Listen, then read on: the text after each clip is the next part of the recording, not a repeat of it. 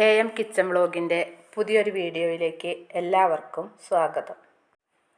ഇന്നത്തെ വീഡിയോയിൽ ഞാൻ ഉൾപ്പെടുത്തിയിരിക്കുന്നത് ഒരു നല്ല മീൻകറീൻ്റെ റെസിപ്പിയാണ്. അപ്പോൾ നല്ല ചെറിയ നത്തോലി മീൻ, അതാണ് ഞാൻ ഈ മീൻ കറിക്ക് എടുത്തിട്ടുള്ളത്. ഇത് ഏത് മീൻ വെച്ചിട്ടും ഈ ഒരു കറി തയ്യാറാക്കാം. ഞാനിപ്പോൾ ഇത് നത്തോലി വെച്ചിട്ട്, എനിക്ക് നത്തോലിയാണ് കിട്ടിയത്, നത്തോലി വെച്ചിട്ടാണ് ചെയ്യണമെന്ന് മാത്രം.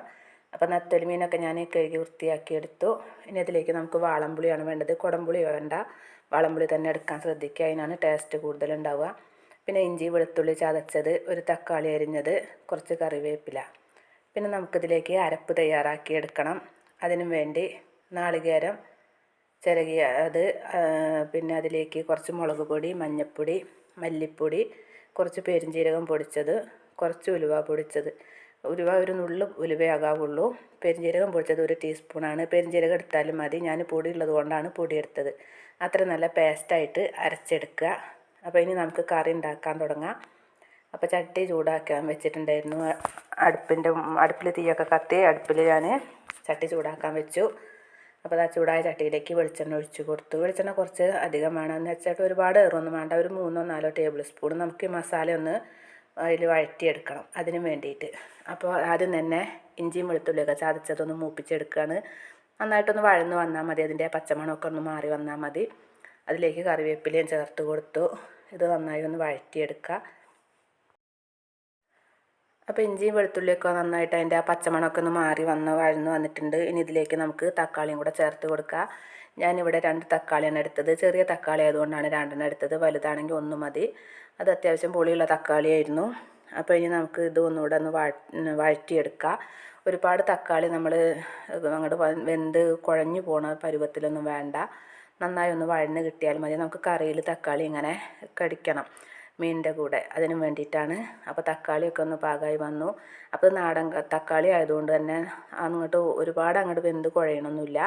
അപ്പോൾ ഞാൻ ഒരു പരുവത്തിന് അത് ഒന്ന് റെഡിയാക്കി എടുത്തിട്ടുണ്ട്. ഇനിയിപ്പോൾ നമുക്കിതിലേക്ക് അരപ്പ് ചേർത്ത് കൊടുക്കുക.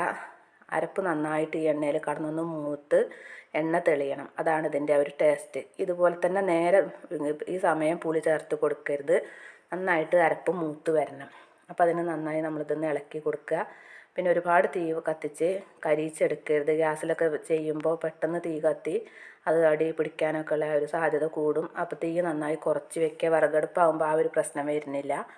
അപ്പോൾ ഞാനിത് നന്നായി ഒന്ന് വഴറ്റി ഇതിൻ്റെ എണ്ണയൊക്കെ ഒന്ന് തെളിഞ്ഞ് വരുന്നത് വരെ നമ്മൾ ഈ മസാല ഒന്ന് വഴറ്റിയെടുക്കുകയാണ്.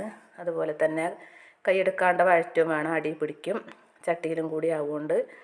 അപ്പോൾ ഇത് നന്നായി വഴന്ന് വന്ന് അതിൻ്റെ എണ്ണയൊക്കെ ഒന്ന് തെളിഞ്ഞ് വന്നിട്ടുണ്ട്. ഈ സമയം ഞാനിതിലേക്ക് പുളി പിഴിഞ്ഞൊഴിച്ചു. വാളംപുളിയാണ്, അതൊന്ന് പിഴിഞ്ഞൊഴിച്ചു.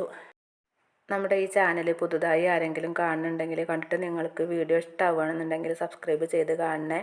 അതുപോലെ തന്നെ ഷെയർ ചെയ്യാനും ലൈക്ക് ചെയ്യാനും കമൻറ്റ് ചെയ്യാനൊന്നും മറക്കരുത്. അപ്പോൾ ഞാൻ കറിയിലേക്ക് ആവശ്യത്തിനുള്ള ഉപ്പും കൂടെ ചേർത്ത് കൊടുത്തിട്ടുണ്ട്. ഇപ്പോൾ കറി ഏകദേശമൊക്കെ തിള വരുന്നുണ്ട്. ഇത് നമുക്കിനി മീൻ ചേർത്ത് കൊടുക്കുക. നമ്മൾ ഈ നെത്തോലി മീനും അതുപോലെ പിന്നെ കിളിമീനും ഒക്കെ ആകുമ്പോൾ ഇതിന് വലിയ വേവില്ലല്ലോ, അതുകൊണ്ടാണ് ഇങ്ങനെ തിള വന്നതിന് ശേഷം മീൻ ഇട്ട് കൊടുക്കുന്നത്. കുറച്ച് വേവുള്ള മീനാണെന്നുണ്ടെങ്കിൽ നമുക്ക് പുളി ഒഴിച്ചതിന് ശേഷം തന്നെ മീൻ ചേർത്ത് കൊടുക്കുക. അപ്പോൾ ഞാൻ കൂട്ടത്തിൽ കുറച്ച് കറിവേപ്പിലയും കൂടെ ചേർത്ത് കൊടുത്തു. കറിവേപ്പില നമ്മൾ വഴറ്റിയപ്പോൾ ചേർത്തിട്ടുണ്ട്, എന്നാലും ചേർത്തു. അപ്പോൾ നമ്മുടെ കറിയൊക്കെ റെഡിയായി വന്നിട്ടുണ്ട്. സൂപ്പർ ടേസ്റ്റാണ്. എല്ലാവരും ഇതൊന്ന് ട്രൈ ചെയ്ത് നോക്കണം. പെട്ടെന്ന് ഉണ്ടാക്കിയെടുക്കാൻ പറ്റും, ഒരുപാട് ഇൻഗ്രീഡിയൻസ് ഒന്നും ആവശ്യമില്ല. അപ്പോൾ ഇനി ഇത് അടുപ്പത്തൊന്ന് മാറ്റി വെക്കട്ടെ. പിന്നെ ഇതിലേക്ക് നമ്മൾ പ്രത്യേകം താളിച്ചൊഴിക്കണമൊന്നുമില്ല. അപ്പോൾ ഇന്നത്തെ വീഡിയോ എല്ലാവർക്കും ഇഷ്ടമായി എന്ന് കരുതുന്നു. പുതിയൊരു വീഡിയോയുമായി അടുത്ത ദിവസം വീണ്ടും വരാം.